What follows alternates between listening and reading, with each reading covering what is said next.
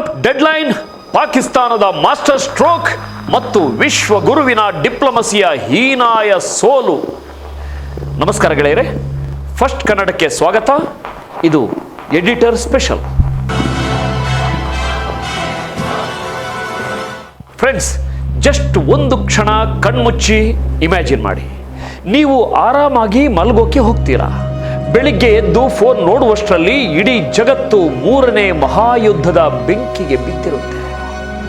ಇದು ಯಾವುದೋ ನೆಟ್ಫ್ಲಿಕ್ಸ್ ಸಿನಿಮಾದ ಕಥೆಯಲ್ಲ ಬಾಸ್. ಇದು 2026ರ ಏಪ್ರಿಲ್ನಲ್ಲಿ ನಾವೆಲ್ಲರೂ ಎದುರಿಸಿದ ರಿಯಲ್ ಹಾರರ್. ಅಮೆರಿಕ ಅಧ್ಯಕ್ಷ ಡೊನಾಲ್ಡ್ ಟ್ರಂಪ್ ತಮ್ಮ ಟ್ರುತ್ ಸೋಷಿಯಲ್ ಖಾತೆಯಲ್ಲಿ ಇಂದು ರಾತ್ರಿ ಒಂದು ಇಡೀ ನಾಗರಿಕತೆಯೇ ಸರ್ವನಾಶವಾಗಲಿದೆ, ಅದು ಮತ್ತೆಂದು ಮರಳಿ ಬರೋದಿಲ್ಲ ಅಂತ ಪೋಸ್ಟ್ ಮಾಡಿದ್ರು. ಆ ಒಂದು ಬೆದರಿಕೆ ನೋಡಿ ಇಡೀ ಪ್ರಪಂಚವೇ ಉಸಿರು ಬಿಗಿ ಹಿಡಿದುಕೊಂಡು ಕೂತಿತ್ತು. ಒಂದೆಡೆ ಯುದ್ಧ ಶುರುವಾಗುತ್ತೆ, ಇರಾನ್ ಮಣ್ಣಾಗುತ್ತೆ, ಲೈವ್ ಆಗಿ ಅಣುಬಾಂಬ್ ಬೀಳೋದನ್ನು ನೋಡಬಹುದು ಅಂತ ನಮ್ಮ ನ್ಯೂಸ್ ಚಾನೆಲ್ ಅವರು ಸ್ಟುಡಿಯೋದಲ್ಲಿ ಕೂತು ಪಾಪ್ಕಾರ್ನ್ ಇಟ್ಕೊಂಡು ಕಾಯ್ತಾ ಇದ್ರು. ಆದರೆ ಕಡೆಯ ಗಳಿಗೆಯಲ್ಲಿ ನಡೆದ ಆ ಟ್ವಿಸ್ಟ್ ಎಂಥವರನ್ನು ಬೆಚ್ಚಿ ಬೀಳಿಸುವಂತಿತ್ತು. ಜಗತ್ತಿನ ಕಣ್ಣಲ್ಲಿ ಆರ್ಥಿಕವಾಗಿ ಪಾತಾಳಕ್ಕೆ ಕುಸಿದಿದ್ದ ವಿಫಲ ರಾಷ್ಟ್ರವೆಂದೇ ಕರೆಸಿಕೊಳ್ತಿದ್ದ ಪಾಕಿಸ್ತಾನ ಬಂದು ಹೀರೋ ಥರ ಎಂಟ್ರಿ ಕೊಟ್ಟು ಸಂಧಾನ ಮಾಡಿದ್ದೇಗೆ.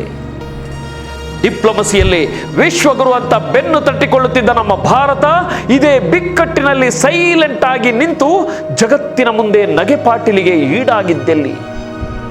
ಯುದ್ಧ ಅಂದ್ರೆ ಬರೀ ವಿಡಿಯೋ ಗೇಮ್ ಅಲ್ಲ ಬಾಸ್, ಅದರ ರಿಯಾಲಿಟಿ ಎಷ್ಟು ಕರಾಳವಾಗಿರುತ್ತೆ ಅನ್ನೋದನ್ನ ಇವತ್ತಿನ ಈ ವಿಡಿಯೋದಲ್ಲಿ ಡಿಕೋಡ್ ಮಾಡೋಣ.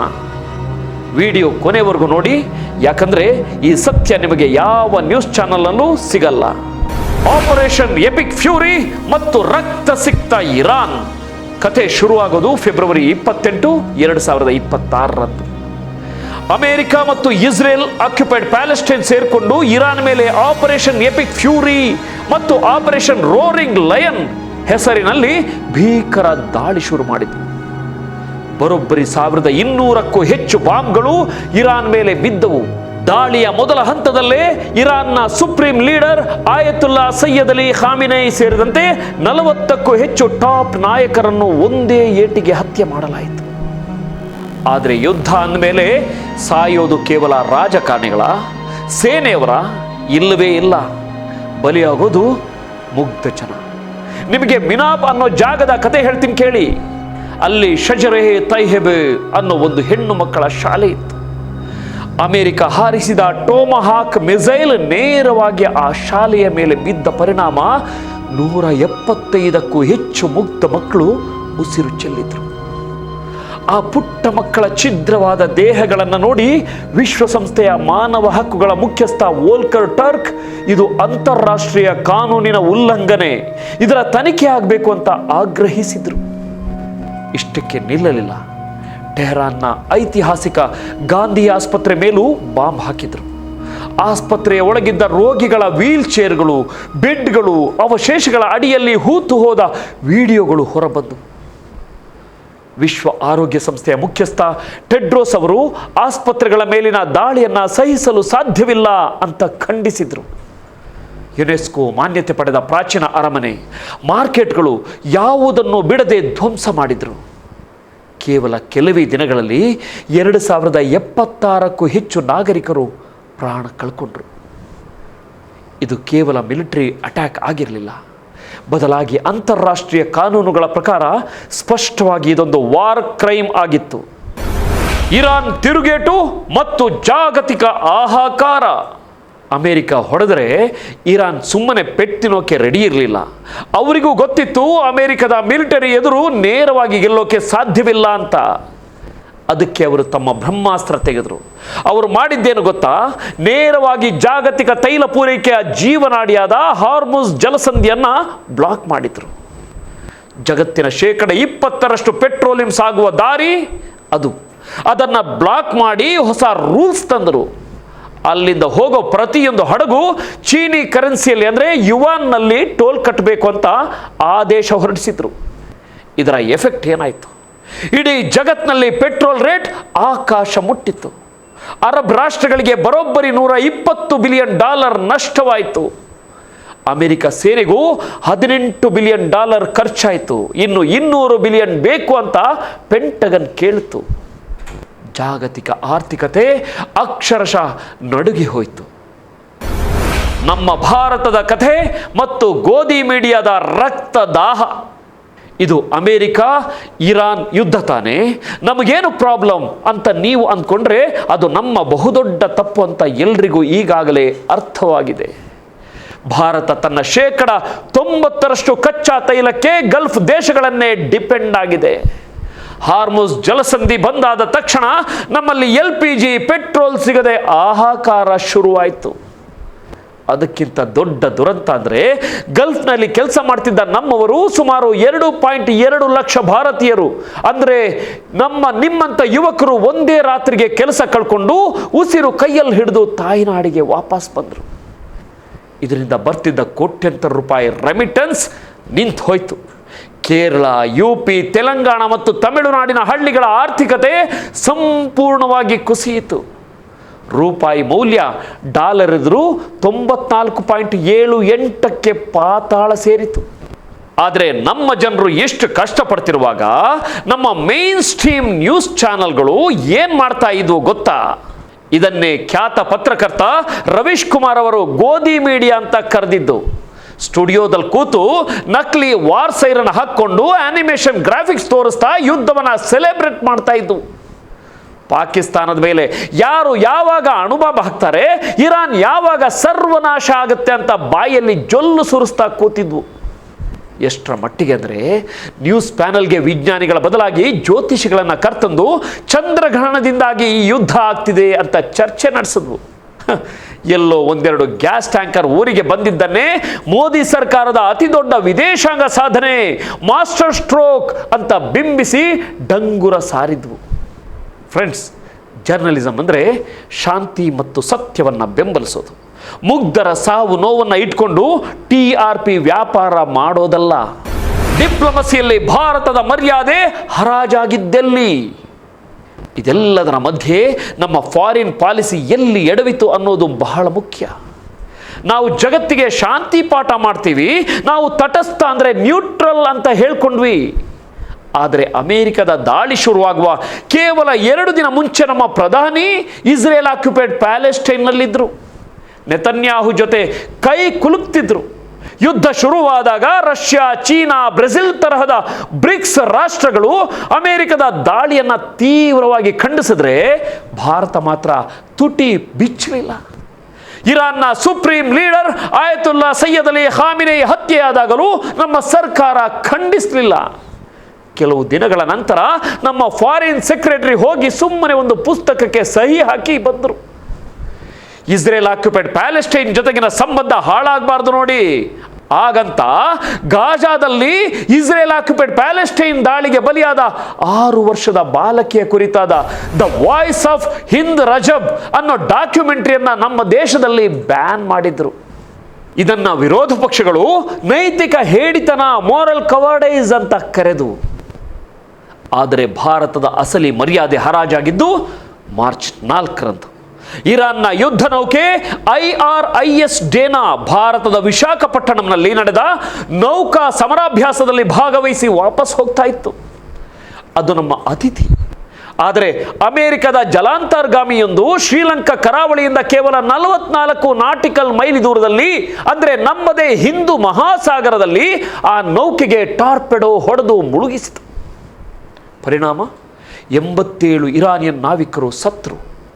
ನಾವೇ ಹಿಂದೂ ಮಹಾಸಾಗರದ ಕಾವಲುಗಾರರು, ನಮ್ಮದು ಅಖಂಡ ಭಾರತ ಅಂತ ಕೊಚ್ಚಿಕೊಳ್ತಿದ್ದ ನಮ್ಮ ಸರ್ಕಾರ ಮತ್ತು ನೌಕಾಪಡೆ ಈ ದಾಳಿಯ ಬಗ್ಗೆ ಚಕಾರವೆತ್ತಲಿಲ್ಲ. ಕಡೆಗೆ ಆ ನಾವಿಕರನ್ನ ರಕ್ಷಣೆ ಮಾಡಿದ್ದು ನಮ್ಮ ಪಕ್ಕದ ಸಣ್ಣ ದೇಶ ಶ್ರೀಲಂಕಾ. ಈ ಘಟನೆ ಭಾರತವನ್ನ ವಿಶ್ವಗುರುವಿನಿಂದ ಒಂದು ಸಾಮಾನ್ಯ ಅಸಹಾಯಕ ರಾಷ್ಟ್ರವನ್ನಾಗಿ ಜಗತ್ತಿನ ಮುಂದೆ ಬೆತ್ತಲೆ ಮಾಡಿತು. ಟ್ರಂಪ್ ಗಡುವು ಮತ್ತು ಕಡೆಯ ಗಳಿಗೆಯಲ್ಲಿ ಪಾಕಿಸ್ತಾನದ ಎಂಟ್ರಿ ಕಾಲ ಮಿಂಚ್ತಿತ್ತು ಸ್ನೇಹಿತರೆ.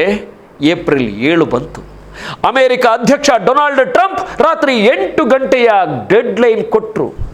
ಹಾರ್ಮುಜ್ ಜಲಸಂಧಿ ಓಪನ್ ಮಾಡದಿದ್ರೆ ಇರಾನ್ನ ಪ್ರತಿಯೊಂದು ಸೇತುವೆ, ಪವರ್ ಪ್ಲಾಂಟ್ಗಳನ್ನು ಉಡಾಯಿಸ್ತೇವೆ. ಇಂದು ರಾತ್ರಿ ಒಂದು ಇಡೀ ನಾಗರಿಕತೆಯೇ ಸಾಯಲಿದೆ. A whole civilisation will die tonight ಅಂತ ಓಪನ್ ಬೆದರಿಕೆ ಹಾಕಿದ್ರು. ಅಮೆರಿಕದ B-52 ಬಾಂಬರ್ ವಿಮಾನಗಳು ಇರಾನ್ ಕಡೆ ಹೊರಟೇ ಬಿಟ್ಟು ಜಗತ್ತು ಅಕ್ಷರಶಃ ಸರ್ವನಾಶದ ಅಂಚಿನಲ್ಲಿತ್ತು.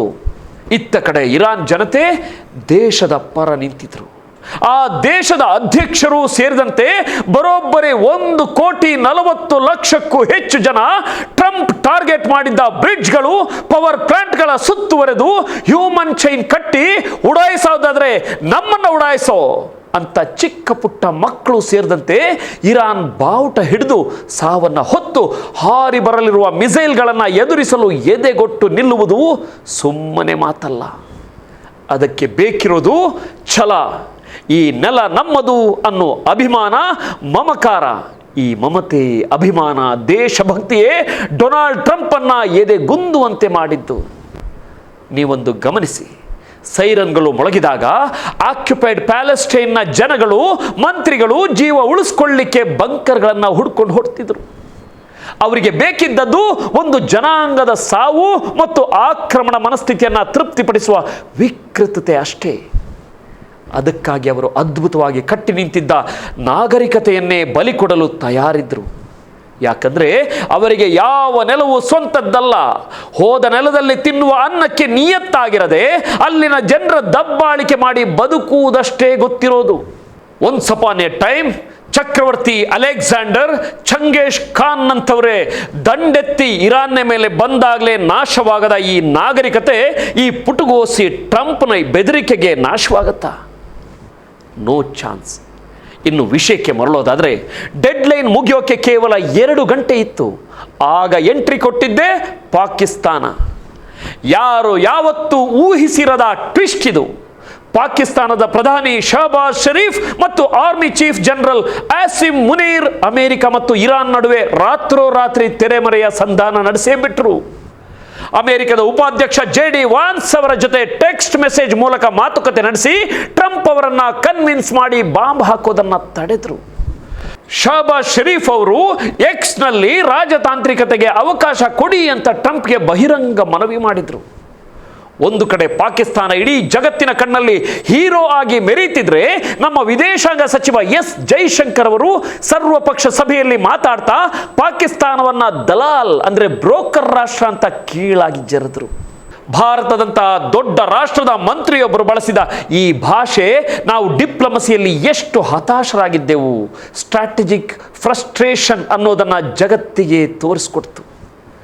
ಸುಮ್ಮನೆ ಗಮನಿಸಿ ಗೆಳೆಯರೆ, ಪಾಕಿಸ್ತಾನವು ಈಗ ಚೀನಾಗೆ ಕ್ಲೋಸ್ ಆಗಿದೆ, ಇರಾನ್ಗೂ ಕ್ಲೋಸ್ ಆಗಿದೆ, ಅತ್ತ ಕಡೆಗೆ ಅಮೆರಿಕಕ್ಕೂ ಹತ್ತಿರವಾಗಿ ಬಿಟ್ಟಿದೆ.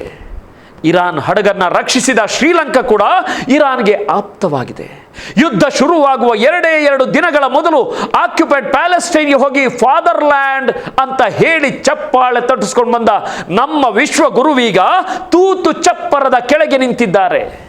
ವಿದೇಶಾಂಗ ನೀತಿಗಳನ್ನು ಸರಿಯಾಗಿ ನಿಭಾಯಿಸಲು ಆಗದೆ ಅಂಧಭಕ್ತರನ್ನ ಛೂ ಬಿಟ್ಟು ಸುಮ್ಮನಾಗಿಸಿದಷ್ಟು ಸುಲಭವಲ್ಲ. ವಿದೇಶಾಂಗ ನೀತಿಗಳನ್ನು ನಿಭಾಯಿಸೋದು, ಡಿಪ್ಲೊಮಸಿಗಳನ್ನು ಕಂಡಕ್ಟ್ ಮಾಡೋದು ಅನ್ನೋದು ಈಗಲಾದರೂ ಅರ್ಥವಾದರೆ ಅದು ಭಾರತದ ಪುಣ್ಯ. ಇಸ್ಲಾಮಾಬಾದ್ ಒಪ್ಪಂದ ಇದು ಅಂತ್ಯವೋ ಅಲ್ಪ ವಿರಾಮವೋ? ಕೊನೆಗೂ ಏಪ್ರಿಲ್ 7-8ರಂದು ಪಾಕಿಸ್ತಾನದ ಮಧ್ಯಸ್ಥಿಕೆಯಲ್ಲಿ ಇಸ್ಲಾಮಾಬಾದ್ ಒಪ್ಪಂದ ಜಾರಿಗೆ ಬಂತು. ಅಮೆರಿಕ ಇರಾನ್ ನಡುವೆ ಕೇವಲ 2 ವಾರಗಳ ಕದನ ವಿರಾಮ ಏರ್ಪಟ್ಟಿತ್ತು. ಇರಾನ್ ಸುಮ್ಮನೆ ಒಪ್ಪಲಿಲ್ಲ. ತನ್ನ 10 ಅಂಶಗಳ ಪ್ರಸ್ತಾವನೆಯನ್ನು ಮುಂದಿಟ್ಟಿತು. ಅದರಲ್ಲಿ ಏನೇನಿದೆ ಗೊತ್ತಾ? ಮತ್ತೆ ದಾಳಿ ಮಾಡಬಾರದು, ಅಮೆರಿಕ ಹಾಕಿರುವ ಎಲ್ಲ ಆರ್ಥಿಕ ನಿರ್ಬಂಧಗಳನ್ನು ತೆಗಿಬೇಕು, ಹಾರ್ಮುಜ್ ಜಲಸಂಧಿಯ ಕಂಟ್ರೋಲ್ ಇರಾನ್ ಬಳಿಯೇ ಇರಬೇಕು, ಅಲ್ಲಿ ಹೋಗುವ ಹಡಗುಗಳಿಗೆ ತಲಾ $2 ಮಿಲಿಯನ್ ಟೋಲ್ ಕಟ್ಟಬೇಕು, ಅದನ್ನು ಒಮನ್ ಜೊತೆ ಹಂಚಿಕೊಳ್ತೇವೆ, ಮತ್ತು ಅತ್ಯಂತ ಪ್ರಮುಖವಾಗಿ ಯುರೇನಿಯಂ ಪುಷ್ಟೀಕರಣದ ಅಂದರೆ ಯುರೇನಿಯಂ ಇನ್ರಿಚ್ಮೆಂಟ್ ಹಕ್ಕನ್ನು ಅಮೆರಿಕ ಒಪ್ಪಿಕೊಳ್ಬೇಕು ಅಂತ ಡಿಮ್ಯಾಂಡ್ ಮಾಡಿದೆ. ಆದರೆ ಈ ಕದನ ವಿರಾಮ ಪೂರ್ಣ ವಿರಾಮವೇ? ಖಂಡಿತ ಅಲ್ಲ. ಆಕ್ಯುಪೈಡ್ ಪ್ಯಾಲೆಸ್ಟೈನ್ ಪ್ರಧಾನಿ ನೆತನ್ಯಾಹು ಈ ಒಪ್ಪಂದ ಲೆಬನಾನ್ಗೆ ಅನ್ವಯಿಸಲ್ಲ, ಅಲ್ಲಿ ನಮ್ಮ ಯುದ್ಧ ಮುಂದುವರಿಯುತ್ತೆ ಅಂತ ಹೇಳಿದ್ದಾರೆ. ಇತ್ತ ಇರಾನ್ ಕೂಡ ಇದು ಯುದ್ಧದ ಅಂತ್ಯವಲ್ಲ, ನಮ್ಮ ಬೆರಳುಗಳು ಇನ್ನೂ ಟ್ರಿಗರ್ ಮೇಲಿವೆ, ಶತ್ರುಗಳು ಸಣ್ಣ ತಪ್ಪು ಮಾಡಿದರೂ ಪೂರ್ಣ ಬಲದಿಂದ ಎದುರಿಸ್ತೇವೆ ಅಂತ ವಾರ್ನಿಂಗ್ ಕೊಟ್ಟಿದೆ. ಅಂದರೆ ಯುದ್ಧ ನಿಂತಿಲ್ಲ ಗೆಳೆಯರೇ, ಜಸ್ಟ್ ಒಂದು ಸಣ್ಣ ಪಾಸ್ ಆಗಿದೆ ಅಷ್ಟೇ. ಗೆಳೆಯರೇ, ಯುದ್ಧದಲ್ಲಿ ಗೆಲ್ಲೋದು ಅಮೇರಿಕ ಆಗಿರ್ಬೋದು ಅಥವಾ ಇರಾನ್ ಆಗಿರ್ಬೋದು, ಆದರೆ ಸೋಲೋದು ಮಾತ್ರ ಮನುಷ್ಯತ್ವ. ಬಲಿಯಾಗೋದು 175 ಪುಟ್ಟ ಮಕ್ಕಳಂತಹ ಇನ್ನೂ ಕೋಟ್ಯಂತರ ಮುಗ್ಧ ಜೀವಗಳು. ಕಣ್ಣೀರು ಹಾಕೋದು ಗಲ್ಫ್ನಲ್ಲಿ ಕೆಲಸ ಕಳ್ಕೊಂಡು ಬಂದ ನಿಮ್ಮಂತಹ ಸಾಮಾನ್ಯ ಯುವಕರು. ರಕ್ತಪಾತವನ್ನು ಸಂಭ್ರಮಿಸುವ ಮಾಧ್ಯಮಗಳ ಹುಚ್ಚುತನಕ್ಕೆ war is a video game ಅನ್ನೋ ಭ್ರಮೆಗೆ ನಾವು ಯುವಕರು ಬಲಿಯಾಗಬಾರದು.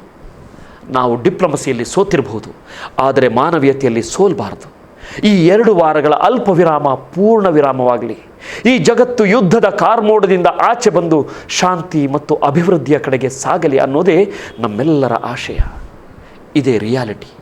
ಈ ಮಾಹಿತಿ ನಿಮಗಿಷ್ಟವಾದರೆ ರಕ್ತದಾಹಿ ಮೀಡಿಯಾಗಳ ಸುಳ್ಳುಗಳ ವಿರುದ್ಧ ಸತ್ಯದ ದನಿ ಎತ್ತಲು ಈ ವಿಡಿಯೋ ಲೈಕ್ ಮಾಡಿ, ನಿಮ್ಮ ಫ್ರೆಂಡ್ಸ್ ಮತ್ತು ಫ್ಯಾಮಿಲಿ ಜೊತೆ ಶೇರ್ ಮಾಡಿ.